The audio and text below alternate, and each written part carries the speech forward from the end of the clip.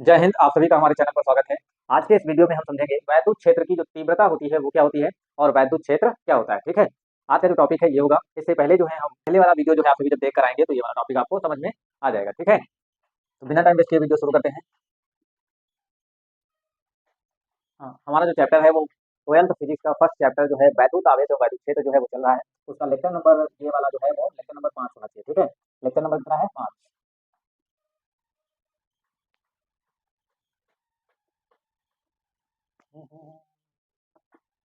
Lecture 5। Topic का नाम है वैद्युत क्षेत्र। वैद्युत क्षेत्र।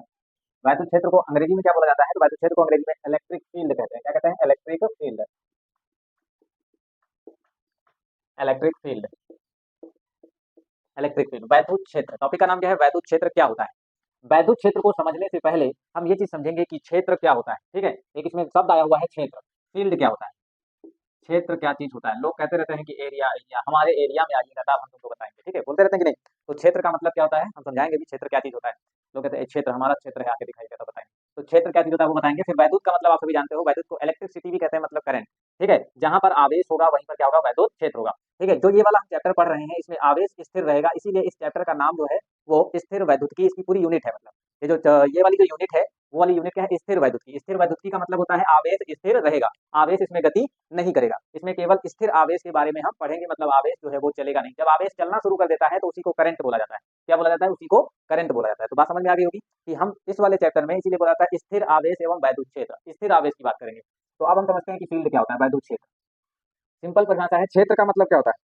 वह प्रक्रिया या वह घटना जो बिना छुए की जाती है उसे क्षेत्र कहा जाता है। क्या कहा जाता है? वह घटना वह कांड जो हम बिना छुए करते हैं क्या कहलाता है? क्षेत्र कहलाता है। ओनली क्षेत्र कहलाता है, ना कि वैद्युत क्षेत्र। ओनली क्षेत्र कहलाता है, ना कि वैद्युत क्षेत्र। केवल और केवल क्षेत्र की परिभाषा को हम बता रहे हैं कि वह क्षेत्र, सॉरी, वह प्रक्रिया या वह घटना या फिर वह कांड जो हम बिना छुए करते हैं क्षेत्र कहलाता है। बचपन में देखे होंगे कि जो हम और आप सभी के जो पेरेंट्स होते हैं, पापा लोग क्या होते हैं, अपनी आंखों से हमको डांट देते हैं। डांट देते थे कि नहीं डांट देते थे? अपनी आंखों से क्या है, अपना एक डर बना के रखते हैं, आंखों को बनाते हैं नीचे, चले जाओ यहाँ से, तो मार डालते हैं। तो दूर से लड़का भाग जाता है। भाग जाता है कि नहीं भाग जाता है? तो उसका मतलब हुआ कि पिताजी के और बच्चे के बीच में वहां पे क्या था? वो उनकी एरिया थी। क्या थी? एरिया थी। इसी प्रकार से गुरु की भी एरिया होती है, अपने शिष्य को डांट सकता है दूर से ही। और वो क्या होगा, अगर कोई गलती कर रहा है उसका शिष्य, तो वो अगर आंखों से भी वहां से कोई चेहरा भी डरा दिया ऐसे, तो बच्चा क्या होता है, उस गलती को करना बंद कर देता है। तो उसी को क्षेत्र बोला जाता है। तो क्षेत्र का मतलब समझ गए होंगे, वह घटना या वह कांड जो बिना छुए किया जाता है क्षेत्र कहलाता है। लिख देते हैं यहाँ पर, वह घटना, वह घटना, घटना व प्रक्रिया जो बिना छुए, बिना छुए की जाती है, की जाती है, बिना छुए की जाती है, क्षेत्र कहलाता है। क्षेत्र कहलाती है, क्षेत्र कहलाती है। बात समझ में आ गई होगी। ठीक है, बात समझ गया। क्षेत्र क्या होता है? वह घटना, वह घटना या प्रक्रिया, वह घटना, वह, एक मिनट यहाँ पे वह ना करके, वह घटना या कर लें, वह घटना या प्रक्रिया जो बिना छुए की जाती है क्षेत्र कहलाती है। क्या कहलाती है? क्षेत्र कहलाती है। अब हम समझेंगे वैद्युत क्षेत्र। किस चीज को समझेंगे? वैद्युत क्षेत्र क्या होता है। ठीक है, इसको मिटाते हैं, अब हम समझेंगे वैद्युत क्षेत्र। देखिएगा वैद्युत क्षेत्र क्या होता है। बात यहाँ पे जब वैद्युत क्षेत्र की आई है, इसका मतलब है आवेश की बात आ चुकी है। अब हम आवेश के यहाँ पर आएंगे। अब आवेश का जो है गमन हो चुका है, मतलब आवेश की एंट्री यहाँ पर हो चुकी है। तो आप क्या बताओगे वैद्युत क्षेत्र क्या होता है? तो सीधे बताओगे किसी आवेश के चारों ओर का वह क्षेत्र। मान लिया कि एक आवेश है, इस आवेश के चारों ओर का वह क्षेत्र, किसी आवेश के चारों ओर का वह क्षेत्र जिसमें किसी अन्य आवेश को लाने पर वह उस आवेश के प्रभाव का अनुभव करता है, उस आवेश का वैद्युत क्षेत्र कहलाता है। हम समझाते हैं इस चीज को, यहाँ पे समझिएगा, फिर डेफिनेशन भी समझ में आ जाएगी। जैसे मान लेते हैं ये एक आवेश कैपिटल क्यों है और इसके चारों तरफ ये मैंने क्या कर दिया, गोला कर दिया। ठीक है, तो ये क्या है? एक आवेश है। इस आवेश के चारों ओर इसने जो अपना क्षेत्र बना के रखा है ये वाला है। अगर हम इसके अंदर किसी भी आवेश को, अगर हम इसके अंदर बाहर से किसी अन्य आवेश, जैसे क्यों है अभी ये बाहर है, अगर हम इसको इसके यहाँ ले आए अंदर, तो क्या है, यदि किसी आवेश के द्वारा बनाया गया ये क्षेत्र है, इसके अंदर हम किसी अन्य आवेश को लाएंगे तो ये वाले भाई साहब इस वाले आवेश के द्वारा उत्पन्न किए गए प्रभाव का अनुभव करेंगे। क्या करेंगे? प्रभाव का अनुभव करेंगे। तो इस वाली एरिया को क्या कहा जाएगा? इसके द्वारा उत्पन्न किया गया वैद्युत क्षेत्र। इसके द्वारा उत्पन्न किया गया वैद्युत क्षेत्र। बात समझ में आ रही कि नहीं? जिसके द्वारा वैद्युत क्षेत्र उत्पन्न किया जाता है उसको स्रोत आवेश कहते हैं। क्या कहते हैं? स्रोत आवेश। जिसके द्वारा वैद्युत क्षेत्र उत्पन्न किया जाता है, इस आवेश ने वैद्युत क्षेत्र को उत्पन्न करके रखा है, इसीलिए इसको स्रोत आवेश कहोगे। क्या कहोगे? स्रोत आवेश। तो ये स्रोत आवेश हो गया। जिस आवेश को आप इसके भीतर लेके आओगे, जिस आवेश को आप इसके भीतर लेकर के आओगे, उस आवेश का नाम बताओगे क्या है? परीक्षण आवेश। क्या बताओगे? परीक्षण आवेश। और परीक्षण आवेश को क्यू नॉट से लिखा जाता है। हर एक किताब में जहां देखोगे तो परीक्षण आवेश को क्यू नॉट से लिखा जाएगा। ठीक है, परीक्षण आवेश को कहां से लिखते हैं? क्यू नॉट से। तो अब इतनी बात समझ में आ गया होगा कि जिस आवेश के द्वारा क्षेत्र को उत्पन्न किया जाता है उसको स्रोत आवेश कहते हैं, और जिस आवेश को लाया जाता है, जिस आवेश को लाया जाता है उसको परीक्षण आवेश कहते हैं। मैं इस चीज को थोड़ा मैग्नेट से समझाता हूँ। चुंबक, जैसे मान लिया हमारे पास दो चुंबक हैं, बचपन में हम उसके साथ खेला करते थे। आप सब भी खेलते होंगे, हम थोड़ी खेलते हैं। ठीक है, ये मत समझना हम ही खेलते हैं, तुम सभी खेलते हो। ठीक है, अगर क्या है, मान लिया दो चुंबक होते थे और एक चुंबक को दूसरे चुंबक के पास जब ले जाते थे, तो हो सकता हो जब पास में, जैसे दूर हुआ तो नहीं चिपकाएगा। ठीक है, अब जैसे जैसे पास ले जाते हैं वो अचानक में तुरंत चिपक जाते हैं। चिपक जाते कि नहीं चिपक जाते हैं? पहले दूर हुआ, एक चुंबक हाथ में है, एक यहाँ पे है, धीरे धीरे ले गए, धीरे धीरे ले गए, पता नहीं जैसे ही पास में तो एकदम से कोई खींच लेता है, आपस में क्या होता है? चिपक जाते हैं। या फिर दूसरा चांस ये भी हो सकता है, एक ही चुंबक है, दूसरा ये पास ले जा रहे हैं और मिल ही नहीं रहे, ऐसे ऐसे हो रहा है, आपस में चिपक नहीं रहे। तो इसके बीच मतलब इस चुंबक ने अपने चारों ओर एक एरिया बना के रखी थी, और उस एरिया के भीतर अगर किसी को ले जाओगे, किसी दूसरे चुंबक को ले जाओगे, तो यह वाला चुंबक इस वाले चुंबक के प्रभाव का अनुभव करता है। क्या करता है? अनुभव करता है। तो जो जिस प्रभाव का वह अनुभव कर रहा होता है उसे बोलते हैं चुंबकीय क्षेत्र। क्या बोलते हैं? चुंबकीय क्षेत्र। सेम ऐसे इसमें भी होता है, आवेश में भी। तो आवेश में मान लीजिए ये आवेश है और ये पूरा ब्लैक बोर्ड क्या है, व्हाइट बोर्ड जो है ये आवेश हो गया, ये पूरा व्हाइट बोर्ड क्या है, इस आवेश के द्वारा उत्पन्न वैद्युत क्षेत्र हो गया। तो अगर बाहर से कहीं भी इसके भीतर आवेश रख दोगे तो इस आवेश के द्वारा उत्पन्न ये जो वैद्युत क्षेत्र है, ये वाला आवेश इसका अनुभव करेगा। तो डेफिनेशन वेरी सिंपल है, हम फिर से बता रहे हैं। किसी आवेश के चारों ओर का वह क्षेत्र, किसी आवेश के चारों ओर का वह क्षेत्र, किसी आवेश के चारों ओर का वह क्षेत्र जिसमें किसी अन्य आवेश को, जिसमें किसी अन्य आवेश को लाने पर वह उस आवेश के वैद्युत प्रभाव का अनुभव करता है, वैद्युत क्षेत्र कहलाता है। वैद्युत प्रभाव का अनुभव करता है, वैद्युत क्षेत्र कहलाता है। बात समझ में आ गई कि नहीं? अब देखो इसको लिखते हैं।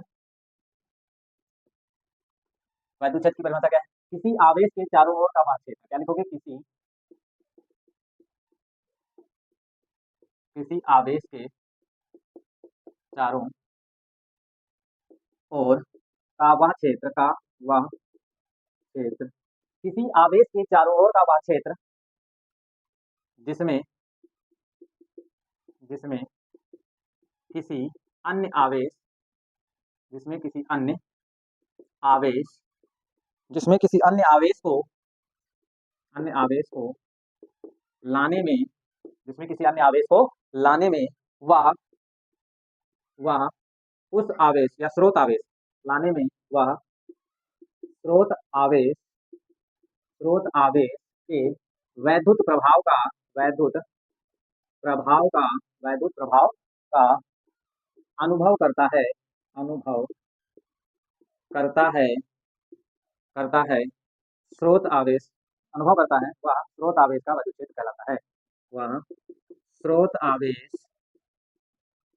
स्रोत आवेश का वैद्युत क्षेत्र कहलाता है, का वैद्युत क्षेत्र, आवेश का वैद्युत क्षेत्र कहलाता है। क्या कहलाता है? वैद्युत क्षेत्र कहलाता है, वैद्युत क्षेत्र कहलाता है। ठीक है, अब हम इसकी डेफिनेशन को समझाने के लिए क्या बना लेते हैं, ये समझ लीजिए। मान लेते हैं ये एक प्लस क्यू आवेश था। ठीक है, और ये क्या है, यहाँ पे बिंदु है, यहाँ पे रखा है परीक्षण आवेश। ठीक है, आप समझिएगा। लिखा है किसी आवेश के चारों ओर, चारों ओर का, किसी आवेश के चारों ओर का वह क्षेत्र जिसमें किसी अन्य आवेश को लाने में, जिसमें किसी अन्य आवेश को लाने में वह स्रोत आवेश के, इसको बोलते हैं स्रोत आवेश। ठीक है, वह स्रोत आवेश के वैद्युत प्रभाव का अनुभव करता है, वह स्रोत आवेश का वैद्युत क्षेत्र कहलाता है। या फिर स्रोत को ना लिख करके भी बोल सकते हो, वह वैद्युत प्रभाव का अनुभव करता है, वैद्युत क्षेत्र कहलाता है। बात समझ में आ गई होगी, बिल्कुल क्लियर डेफिनेशन है, आपको एग्जाम में ऐसे ही लिखना है। ठीक है, तो वैद्युत क्षेत्र समझ में आ गया। अब एक चीज और ध्यान से समझिएगा, वैद्युत बल रेखाएं क्या होती हैं। ठीक है, तो वैद्युत बल रेखाएं जो होती हैं वो वैद्युत क्षेत्र को ही वैद्युत बल रेखाएं कहा जाता है। क्या कहा जाता है? वैद्युत क्षेत्र को ही वैद्युत बल रेखाएं कहा जाता है। अब हम वैद्युत बल रेखाएं समझ लेते हैं कि वैद्युत बल रेखाएं क्या होती हैं। ठीक है, इसका स्क्रीनशॉट लीजिए, फिर इसके आगे समझते हैं।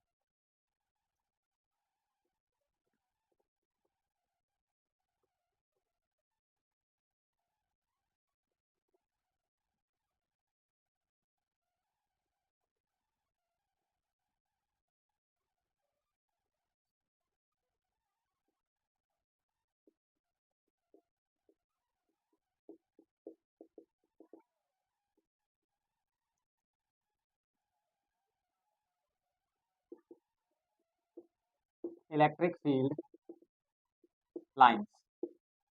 ठीक है, इलेक्ट्रिक फील्ड लाइंस मतलब वैद्युत बल रेखाएं। इलेक्ट्रिक फील्ड लाइंस वैद्युत बल रेखाएं क्या होती है? डेफिनेशन देखिए, वेरी सिंपल होता है। वैद्युत बल रेखाएं किसे कहते हैं? तो वैद्युत बल रेखाएं क्या होती है? वैद्युत क्षेत्र के भीतर खींची गई वो निष्कोण वक्र रेखाएं होती हैं जिस पर कोई धन परीक्षण आवेश गति करता है। ठीक है, देखिए वैद्युत बल रेखाएं क्या है? किसी वैद्युत क्षेत्र में, ये मान लीजिए एक वैद्युत क्षेत्र हो गया, तो ये वैद्युत क्षेत्र हो गया अपने आप में, ये जो तुमको राउंड दिख रहा है, थोड़ा इसमें इंक डाल लेते हैं।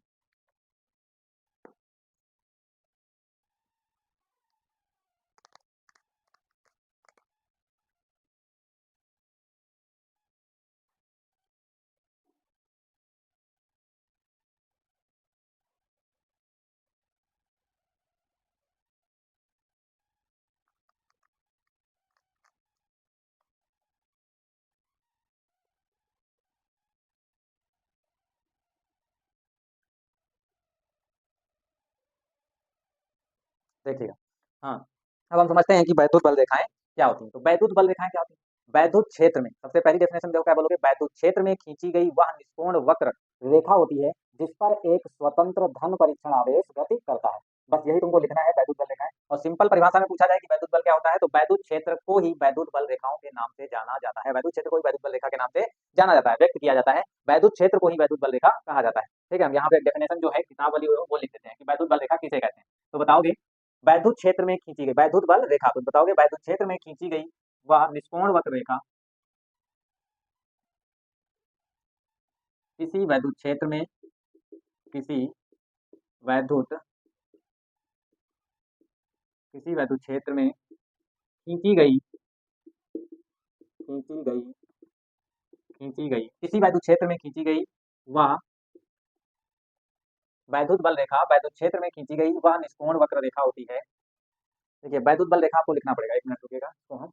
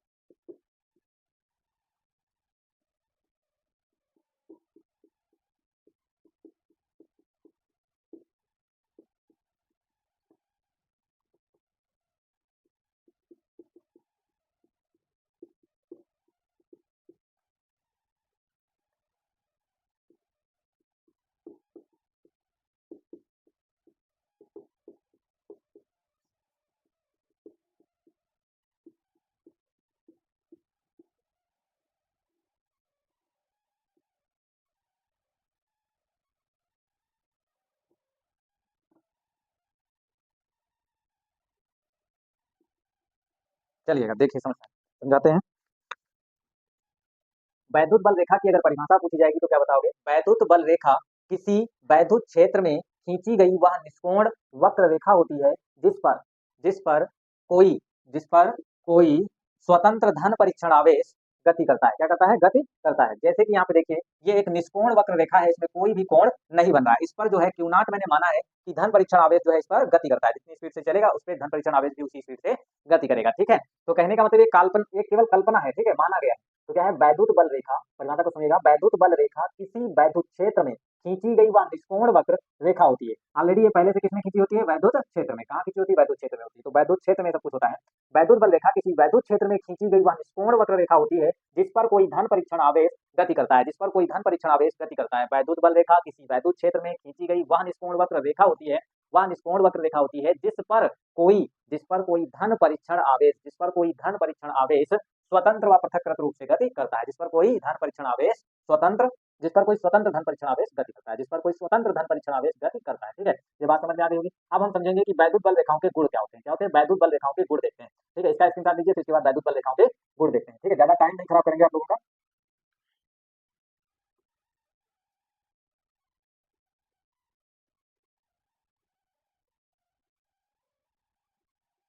देखिएगा, वैद्युत बल रेखाओं के गुण, वैद्युत बल रेखाओं के गुण क्या होते हैं? पहला नंबर एक क्या होती है? वैद्युत बल रेखाएं जो होती हैं वो धनावेश से निकलकर ऋणावेश पर समाप्त हो जाती है। पहला गुण क्या लिखोगे?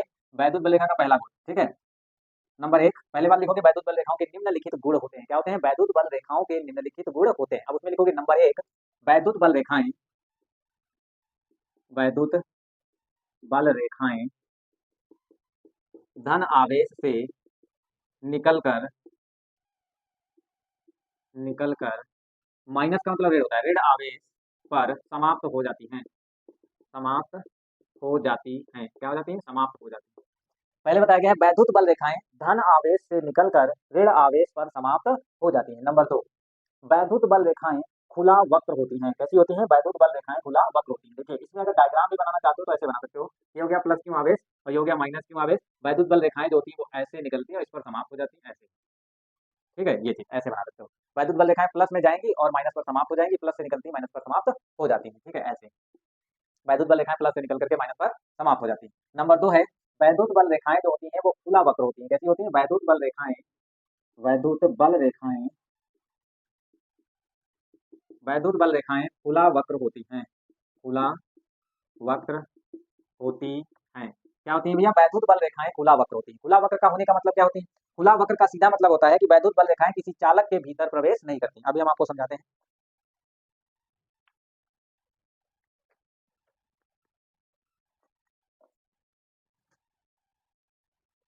देखिएगा, जैसे हम ये कहें कि एक पाइप है, समझ रहे होंगे। अगर हम ये बताएं कि एक चालक है, ये स्ट्रीम का है तो एक चालक होगा। अगर इधर कोई प्लस आवेश हो, इधर कोई माइनस आवेश हो, तो वैद्युत बल रेखाएं प्लस से निकल करके माइनस में जाएंगी। कहाँ से जाएंगी? प्लस से निकल करके माइनस में जाएंगी। इधर से भी जाएंगी और इधर से भी जाएंगी। वैद्युत बल रेखाएं प्लस से निकलती हैं और माइनस में प्रवेश करती हैं। बात समझ में आ रही ना? अब अगर दूसरा पॉइंट क्या है, कह रहे हैं वैद्युत बल रेखाएं खुला वक्र होती हैं। कैसी होती हैं? वैद्युत बल रेखाएं जो होती हैं वो खुला वक्र होती हैं। खुला वक्र होने का मतलब है प्लस से गई और माइनस पर जाके समाप्त हो गई। अब इसके अंदर प्रवेश नहीं करेंगी, ये नहीं कि इसके भीतर भीतर जाके फिर प्लस में जाएंगी। प्लस से जाके माइनस में समाप्त हो जाती है, माइनस से प्लस की तरफ नहीं जाती, माइनस से प्लस की तरफ नहीं जाती। तो आप समझ गए होंगे खुला वक्र का क्या मतलब होता है। तो वैद्युत बल रेखाएं खुला वक्र होती हैं। बात समझ में आई कि नहीं? वैद्युत बल रेखाएं खुला वक्र होती हैं। अगला पॉइंट क्या होगा? वैद्युत बल रेखा, वैद्युत बल रेखा कभी भी वैद्युत बल रेखा किसी चालक के पृष्ठ, जैसे ये चालक हो गया, तो क्या है? वैद्युत बल रेखाएं किसी चालक के पृष्ठ से अभिलंबवत उत्पन्न होती हैं और अभिलंबवत ही समाप्त होती हैं। इसका मतलब समझिएगा यहाँ पे, जैसे हम कहें कि ये हो गया, इस चालक का जो पृष्ठ है वो ये वाला है ना, जो हम छू पा रहे हैं, ये तो पृष्ठ हुआ ये वाला। ठीक है, तो किसी चालक के पृष्ठ से वैद्युत बल रेखाएं किसी चालक के पृष्ठ से अभिलंबवत उत्पन्न होती है। ये इसका पृष्ठ हो गया, तो अभिलंबवत ऐसे उत्पन्न होती हैं और ऐसे ही आके समाप्त होती हैं। समझ पा रहे हो कि नहीं? जैसे ऐसे उत्पन्न, ये पूरा चालक हुआ ऐसे। ठीक है, पूरे पृष्ठ से लंबवत उत्पन्न होंगी और आकर के लंबवत ही समाप्त होती है। तो ये चीज समझ पाएगी नहीं? वैद्युत बल रेखाएं किसी चालक के पृष्ठ से अभिलंबवत उत्पन्न होती हैं और अभिलंबवत ही समाप्त होती हैं। तो यहाँ लिखोगे वैद्युत बल रेखाएं, वैद्युत बल रेखाएं, बल रेखाएं किसी चालक, किसी चालक के पृष्ठ से अभिलंबवत उत्पन्न होती हैं, अभिलंबवत, अभिलंबवत उत्पन्न होती हैं एवं अभिलंबवत समाप्त होती हैं, अभिलंबवत समाप्त होती हैं, समाप्त होती हैं, अभिलंबवत समाप्त होती हैं। इतनी बात समझ में आ गई भैया? किसी वैद्युत बल रेखाएं किसी चालक के पृष्ठ के अभिलंबवत उत्पन्न होती है। चालक का पृष्ठ हो गया, इस पृष्ठ की अभिलंबवत ऐसे उत्पन्न होंगी और ऐसे आके समाप्त होंगी, ना कि ऐसे। ठीक है, बात समझ गए कि नहीं? अब दूसरी चीज है नंबर तीन, वैद्युत बल रेखाएं किसी भी चालक के भीतर प्रवेश नहीं करती। जैसे ये चालक हो गया, इस ये चालक अगर हम कहें कि ये ठोस हो, ये होल है फिलहाल, होल है, क्या है? अगर ये चालक ठोस होता तो वैद्युत बल रेखाएं प्लस से निकलती है, माइनस में प्रवेश करती है। तो वैद्युत बल रेखाएं इसके भीतर भीतर प्रवेश नहीं करती, केवल चालक के पृष्ठ पर प्रवेश करती हैं, चालक के पृष्ठ पर चलती हैं। अभिलंबवत उत्पन्न होंगी, अभिलंबवत समाप्त हो जाएंगी, अभिलंबवत उत्पन्न हुई, अभिलंबवत समाप्त हो गई। बात समझ पा रहे हो कि नहीं? तो वैद्युत बल रेखाएं किसी भी चालक के पृष्ठ, चालक के भीतर प्रवेश नहीं करती। ठीक है, तो यहाँ क्या बताओगे? नंबर चार, वैद्युत बल रेखाएं किसी चालक के पृष्ठ के भीतर गुजरती नहीं है। वैद्युत बल रेखाएं, वैद्युत बल रेखाएं, वैद्युत बल रेखाएं किसी चालक के भीतर, चालक के भीतर नहीं गुजर, भीतर प्रवेश नहीं करती, प्रवेश नहीं करती, प्रवेश नहीं करती। ठीक है, किसी चालक के भीतर प्रवेश नहीं करती। इतनी चीज समझ गए? नंबर चार, ये चारों पॉइंट नोट करो, उसके बाद अगले पॉइंट समझते हैं। अगला देखिएगा, नंबर पांच पॉइंट ऊपर वाले देखिए। नंबर पांच, नंबर पांच में हो जाएगा वैद्युत बल रेखाएं कभी भी एक दूसरे को नहीं काटती। मेन पॉइंट ये है, सबसे सारे मेन पॉइंट है, ये सारे काम के हैं। ठीक है, लिखने को आता है। वैद्युत बल रेखाएं कभी एक दूसरे को नहीं काटती, तो लिखोगे वैद्युत बल रेखाएं, वैद्युत बल रेखाएं एक दूसरे को एक दूसरे को कभी नहीं काटती, कभी नहीं काटती हैं। वैद्युत बल रेखाएं कभी भी एक दूसरे को नहीं काटती हैं, वैद्युत बल रेखाएं कभी भी एक दूसरे को नहीं काटती। ठीक है, अगला पॉइंट होगा, दो वैद्युत बल रेखाएं कभी भी एक दूसरे, यही तो था पॉइंट, वैद्युत बल रेखाएं एक दूसरे को कभी नहीं काटती हैं, यदि काटती हैं तो उसके कटान बिंदु पर, तो मिटा देते हैं, उसी के नीचे लिख देते हैं, यहाँ पे एक शब्द लगा लीजिए, दो वैद्युत बल रेखाएं, कितनी, दो, दो वैद्युत बल रेखाएं एक दूसरे को कभी नहीं काटती हैं, यदि काटती हैं, यदि काटती हैं तो उसके कटान बिंदु पर, तो उसके कटान बिंदु पर, तो उसके कटान बिंदु पर दो वैद्युत क्षेत्र की दिशा को प्रदर्शित करेंगी, दो वैद्युत क्षेत्र की दिशा, तो उसके कटान बिंदु पर दो वैद्युत क्षेत्र की दिशा को प्रदर्शित करेंगी, प्रदर्शित करें करेंगी, दो वैद्युत क्षेत्र की दिशा को प्रदर्शित करेंगी, जो कि असंभव है, जो कि असंभव है, असंभव है, इतना लिखोगे। अब इसको हम यहाँ पे डायग्राम से समझाते हैं। दो वैद्युत बल रेखाएं एक दूसरे को कभी नहीं काटती हैं, यदि काटती हैं तो उसके कटान बिंदु पर दो वैद्युत क्षेत्र की दिशा को प्रदर्शित करेंगी, जो कि असंभव है, कि जो कि क्या है, असंभव है। ठीक है, जैसे यहाँ पे समझिएगा, जैसे एक वैद्युत बल रेखा क्या है, ऐसे है, और एक वैद्युत बल रेखा ऐसे है। ठीक है, तो वैद्युत बल रेखाएं दो है, यहाँ पे एक वैद्युत बल रेखा ऐसे, यहाँ पे कटान बिंदु आ गया, तो यहाँ पे जब कटान बिंदु होगा तो यहाँ पर एक स्पर्श रेखा ऐसे खींचोगे, एक स्पर्श रेखा ऐसे खींचोगे। ठीक है, इस टाइप से, तो एक वैद्युत क्षेत्र की दिशा उधर है, एक वैद्युत क्षेत्र की दिशा इधर है, मतलब जो कि असंभव है। एक बिंदु पर दो वैद्युत क्षेत्र की दिशाएं नहीं हो सकती, एक बिंदु पर दो वैद्युत क्षेत्र की दिशाएं नहीं हो सकती हैं, अर्थात दो वैद्युत बल रेखाएं कभी भी एक दूसरे को नहीं काटेंगी। ये बात समझ में आ रही। अगला पॉइंट था, ये जो 6 नंबर पॉइंट है, इसको थोड़ा पहले समझाना था, इससे पहले 6 वाला पहले समझाते तो और अच्छे समझना था। देखिए 6 नंबर वाला समझ लीजिए, फिर ये वाला भी समझाओ। वैद्युत बल रेखा के किसी भी बिंदु पर खींची गई स्पर्श रेखा सदैव वैद्युत क्षेत्र की दिशा को प्रदर्शित करती है। ठीक है, तो यहाँ पे हम लिख देते हैं, वैद्युत वैद्युत बल रेखा, वैद्युत बल रेखा, वैद्युत बल रेखा के किसी भी बिंदु पर, किसी भी बिंदु पर खींची गई स्पर्श रेखा, खींची गई स्पर्श रेखा, स्पर्श रेखा, खींची गई स्पर्श रेखा, वैद्युत बल रेखा के किसी भी बिंदु पर खींची गई स्पर्श रेखा, खींची गई स्पर्श रेखा उस बिंदु पर वैद्युत क्षेत्र की दिशा को प्रदर्शित करती है, उस बिंदु पर, उस बिंदु पर वैद्युत क्षेत्र की, वैद्युत क्षेत्र की दिशा को प्रदर्शित करता है, प्रदर्शित करती है। इस चीज को हम समझाते हैं। ठीक है, नीचे दिख रहा है कि नहीं, यहाँ समझा देते हैं, इसका डायग्राम हम यहाँ पे बना देते हैं। ठीक है, देखिए, जैसे ये एक वैद्युत क्षेत्र रेखा है, ये वैद्युत बल रेखा है, अगर हम इस बिंदु पर वैद्युत क्षेत्र की दिशा को देखें तो इस बिंदु पर हमको क्या करना पड़ेगा, एक स्पर्श रेखा ऐसे खींचना पड़ेगा, तो वैद्युत क्षेत्र की जो दिशा होगी वो ये होगी। अगर इस बिंदु पर देखना है वैद्युत क्षेत्र की दिशा, तो ऐसे खींचिएगा, तो ये वैद्युत क्षेत्र की दिशा होगी। अगर यहाँ पे देखना है तो ऐसे खींचिएगा, तो वैद्युत क्षेत्र की दिशा ये होगी। ठीक है, समझ पा रहे हो कि नहीं। तो वही लिखा है, वैद्युत बल रेखा के किसी भी बिंदु पर खींची गई स्पर्श रेखा, खींची गई वैद्युत बल रेखा ये हो गई, इसके किसी भी बिंदु पर, जैसे इस बिंदु पर, इस बिंदु पर, इस बिंदु पर, तो वैद्युत बल रेखा के किसी भी बिंदु पर खींची गई स्पर्श रेखा उस बिंदु पर वैद्युत क्षेत्र की दिशा को प्रदर्शित करती है, उस बिंदु पर वैद्युत क्षेत्र की दिशा को प्रदर्शित करती है। ये चीज समझ गए होंगे, बात समझ में आई। अभी तक कुछ लोग कह रहे होंगे ई, देखिए वैद्युत क्षेत्र की जो तीव्रता होती है उसको ई से लिखा जाता है, या वैद्युत बल रेखा को ही वैद्युत क्षेत्र की तीव्रता भी कहते हैं। वैद्युत बल रेखाओं की जो संख्या होती है उसको वैद्युत क्षेत्र की तीव्रता से प्रदर्शित करते हैं, इसीलिए यहाँ पे ई लिखा गया। ई से क्या होता है, वैद्युत क्षेत्र को दिखाया जाता है, कैपिटल ई से किसको दिखाया जाता है, वैद्युत क्षेत्र को दिखाया जाता है। ठीक है, तो ये हो गया तुम्हारा। अगला पॉइंट देखिए 6 के बाद 7वां, 7 नंबर पॉइंट में क्या होगा, 6 नंबर हो गया, इनको नोट करिए। 7 नंबर पॉइंट होगा, वैद्युत बल रेखाएं जो होती हैं अपनी लंबाई की लंब दिशा में सिकुड़ने की प्रवृत्ति रखती हैं। वैद्युत बल रेखाएं, सीधे कहोगे वैद्युत बल रेखाएं सिकुड़ने की प्रवृत्ति रखती हैं। अगला पॉइंट देखिएगा, वैद्युत बल रेखाएं सिकुड़ने की प्रवृत्ति रखती हैं।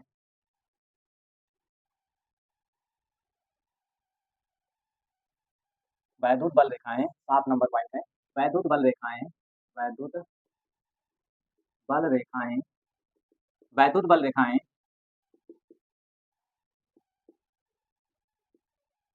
सिकुड़ने की प्रवृत्ति रखती हैं। वैद्युत बल रेखाएं जो होती हैं वो, वैद्युत बल रेखाएं जो होती हैं वो सिकुड़ने की प्रवृत्ति रखती हैं। सिकुड़ने का मतलब देखिए वैद्युत बल रेखाएं जो सिकुड़ने की प्रवृत्ति रखती हैं, इसीलिए विजातीय आवेश जो होते हैं एक दूसरे को आकर्षित करते हैं, इसीलिए विजातीय आवेश एक दूसरे को आकर्षित करते हैं। यहाँ समझिएगा, ठीक है, यहाँ समझिए वैद्युत बल रेखाएं सिकुड़ने की प्रवृत्ति रखती हैं, ठीक है, इसलिए लिखोगे इसलिए इसलिए इसलिए विजातीय आवेश विजातीय आवेश विजातीय आवेश एक दूसरे को एक दूसरे को आकर्षित करते हैं, आकर्षित करते हैं, आकर्षित करते हैं, ठीक है। प्लस और माइनस जो होते हैं एक दूसरे को कैसे आकर्षित करते हैं, क्योंकि वैद्युत बल रेखाएं जो होती हैं वो सिकुड़ने की प्रवृत्ति रखती हैं। अगर कोई पूछता है कि प्लस चार्ज और माइनस चार्ज जो होते हैं वो एक दूसरे को आकर्षित क्यों करते हैं, तो सीधे बताओगे वैद्युत बल रेखाएं जो होती हैं वो सिकुड़ने की प्रवृत्ति रखती हैं। इसको हम प्रैक्टिकल के साथ किसी वीडियो में समझाएंगे, ठीक है। अगला नंबर देखिए, 8 नंबर क्या है, वैद्युत बल रेखाएं जो होती हैं फैलने की प्रवृत्ति रखती हैं। क्या करती हैं, वैद्युत बल रेखाएं फैलने की प्रवृत्ति भी रखती हैं। वैद्युत बल रेखाएं फैलने की प्रवृत्ति रखती, प्रवृत्ति का मतलब क्या होता है, गुण, प्रवृत्ति रखती है। वैद्युत बल रेखाएं फैलने की प्रवृत्ति रखती हैं, इसलिए इसलिए सजातीय आवेश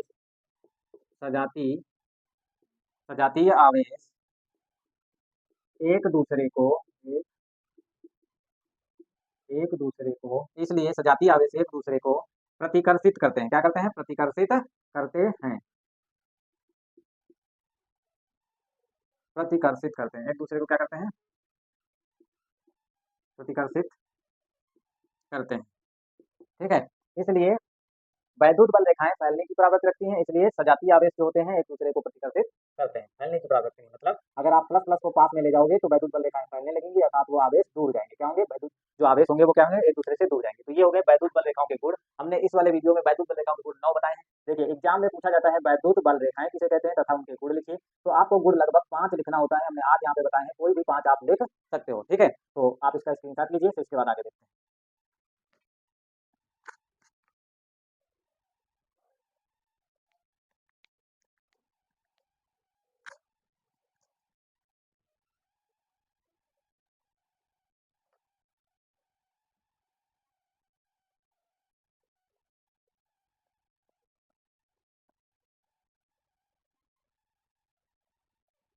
अगला टॉपिक हमारा होगा वैद्युत क्षेत्र की तीव्रता क्या होती है, वैद्युत क्षेत्र की तीव्रता। अगला टॉपिक हमारा क्या हो जाएगा, वैद्युत क्षेत्र की तीव्रता।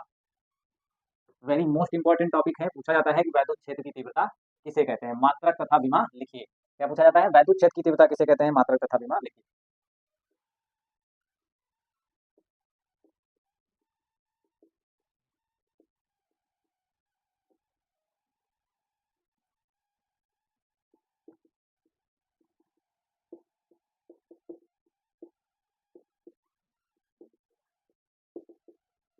ठीक है, चलिए देखिएगा, वैद्युत क्षेत्र की तीव्रता अंग्रेजी में इलेक्ट्रिक फील्ड इंटेंसिटी कहते हैं। क्या कहते हैं, इलेक्ट्रिक फील्ड इंटेंसिटी, ठीक है।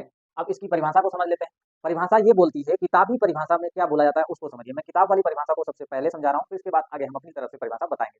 पहली परिभाषा ये है, किताब की परिभाषा क्या बोलती है समझिएगा, कहती है वैद्युत क्षेत्र के भीतर किसी बिंदु पर, ठीक है, वैद्युत क्षेत्र के भीतर किसी बिंदु पर रखे धन परीक्षण आवेश के प्रति एकांक क्षेत्रफल पर। क्योंकि परिभाषा देखो कहाँ से लिखी जाती है, फार्मूले से। E इक्वल टू फार्मूला होता है F upon Q not. Q not को अभी बताए थे क्या बोलते हैं, क्यू नॉट को परीक्षण आवेश कहते हैं। एफ क्या है, उस वाले परीक्षण आवेश पर लगने वाला बल, इस परीक्षण आवेश पर लगने वाला बल। अब यहाँ पे देखो डायग्राम बना रहा हूँ इस परिभाषा से, इस डायग्राम से आपको समझ में आएगा। जैसे हम क्या कहते हैं, ये वैद्युत क्षेत्र है, ये वैद्युत क्षेत्र जो है किसी आवेश के द्वारा उत्पन्न किया हो गया होगा। तो मान लेते हैं ये आवेश स्रोत आवेश है और यहाँ पे रखा है इस बिंदु P पर धन परीक्षण आवेश।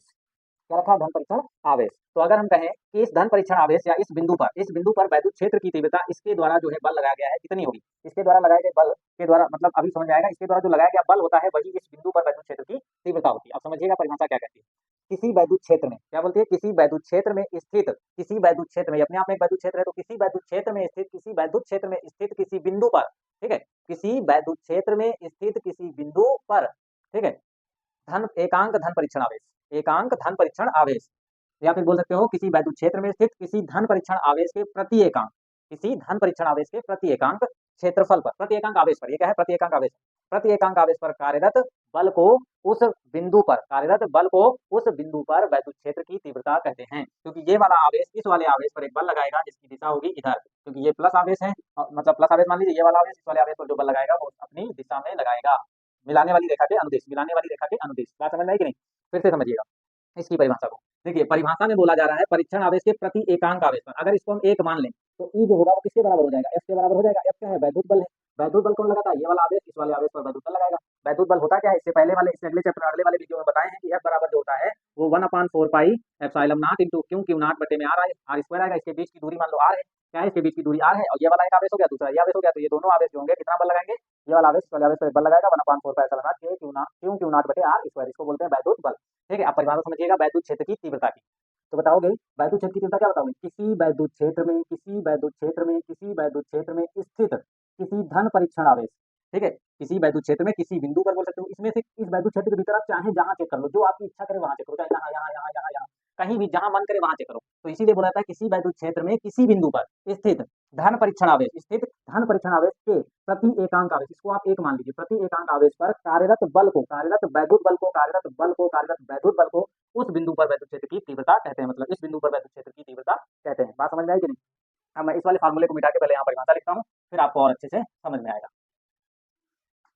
देखिए किसी वैद्युत क्षेत्र में, किसी वैद्युत क्षेत्र में किसी बिंदु पर, किसी बिंदु पर, किसी वैद्युत क्षेत्र में किसी बिंदु पर, किसी बिंदु पर, किसी वैद्युत क्षेत्र में किसी बिंदु पर स्थित स्थित धन परीक्षण आवेश, धन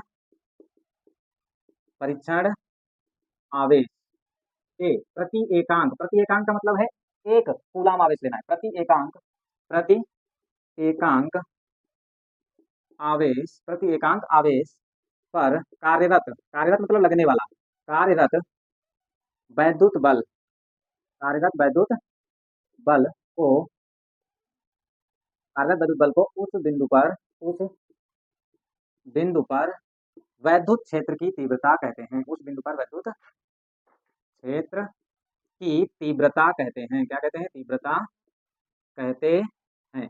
इसे इसे कैपिटल ई से प्रदर्शित करते हैं। क्या करते हैं? कैपिटल ई से प्रदर्शित करते हैं।